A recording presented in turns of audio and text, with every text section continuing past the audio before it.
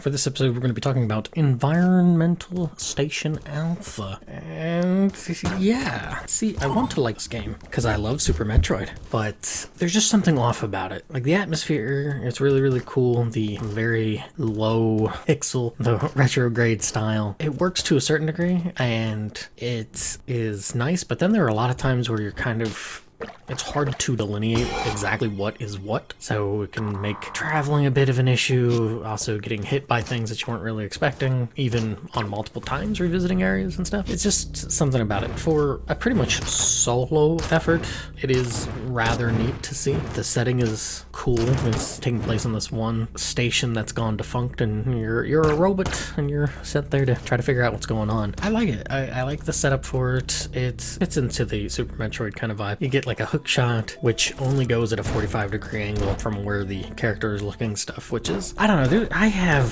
it's neat, but in the same hand, there's something about this game, and I don't know if it is just doesn't like me, or if I'm just getting old, but it seems like every single time I try to do anything in the game, whether it's just trying to jump over something, whether it's just trying to dodge something, whether it's just trying to hook onto something, I'm like always 3 or 4 pixels off or something. I don't know what it is. It's something, and it's irritating, and it made my experience playing this game completely just frustrating. I want to like this game. This game is certainly up my alley. Like I said, I love Super Metroid, and it's there for the taking. It's just every time I try to do something, is it annoying that you're given where to go, but you're not really outside of here and there? I mean, it's pretty hands-off. No, I actually like that. I think it's cool. You get to do the whole exploration bit, figuring out stuff and like that, and eventually the areas become a bit more almost second nature to you because you're doing that exploration. You're paying attention to where you're going more than just looking at a map, because I can make that argument on the latter East games, particularly 7 to a lesser degree, but 8, Celceta.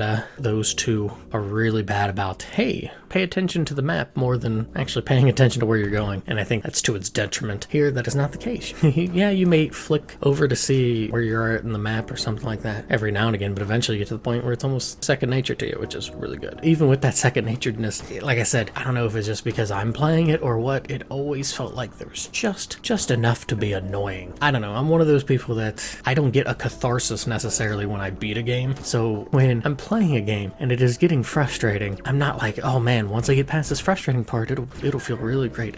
Yeah, that just doesn't happen for me. I'll get annoyed and it's just gonna be like, oh great, and it just compounds my frustration for something. I know certain people will be like, oh yes, there's this wave of catharsis, this wave of, I did it kind of thing.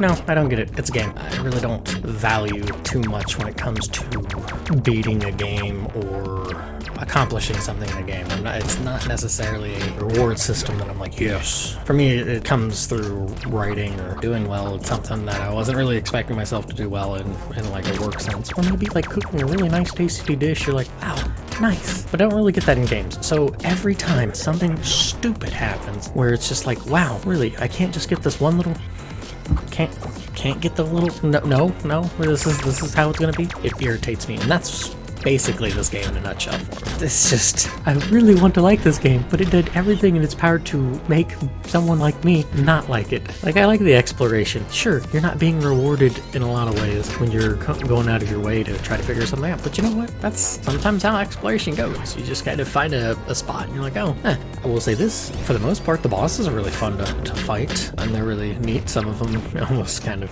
think, wow, yeah, that's very heavy Super Metroid vibes. There are times, not just with the bosses, but just in general, the game has a habit of putting you in the way of danger, and you'll have trouble avoiding it, which I'm not really a fan of. It's not really my thing. Like, me personally, when it comes to my stat build in life, I think I use luck as a tank stat, and I'm not a very lucky person, so a lot of times those trip-ups, they end up snowballing into this ridiculous, oh wow, it is just a stream of goof-ups, and that's what this game turned into. Now, there is a whole slew of extra ridiculous and a just mind-blowing stuff when it comes to post-game. You'll beat the game, and then there's this whole post-game bit. It can get pretty in-depth. Not gonna lie, I couldn't really, quote-unquote, bother myself to go through the heavier stuff. The game did not agree with me well enough to want to do that. That said, though, I think if there are people who really enjoy Super Metroid and stuff like that, they should give this game at least a go. It is generally $8. The winter sale's going on right now, so it is only like $3.19, saving 60%. You can find a lot worse things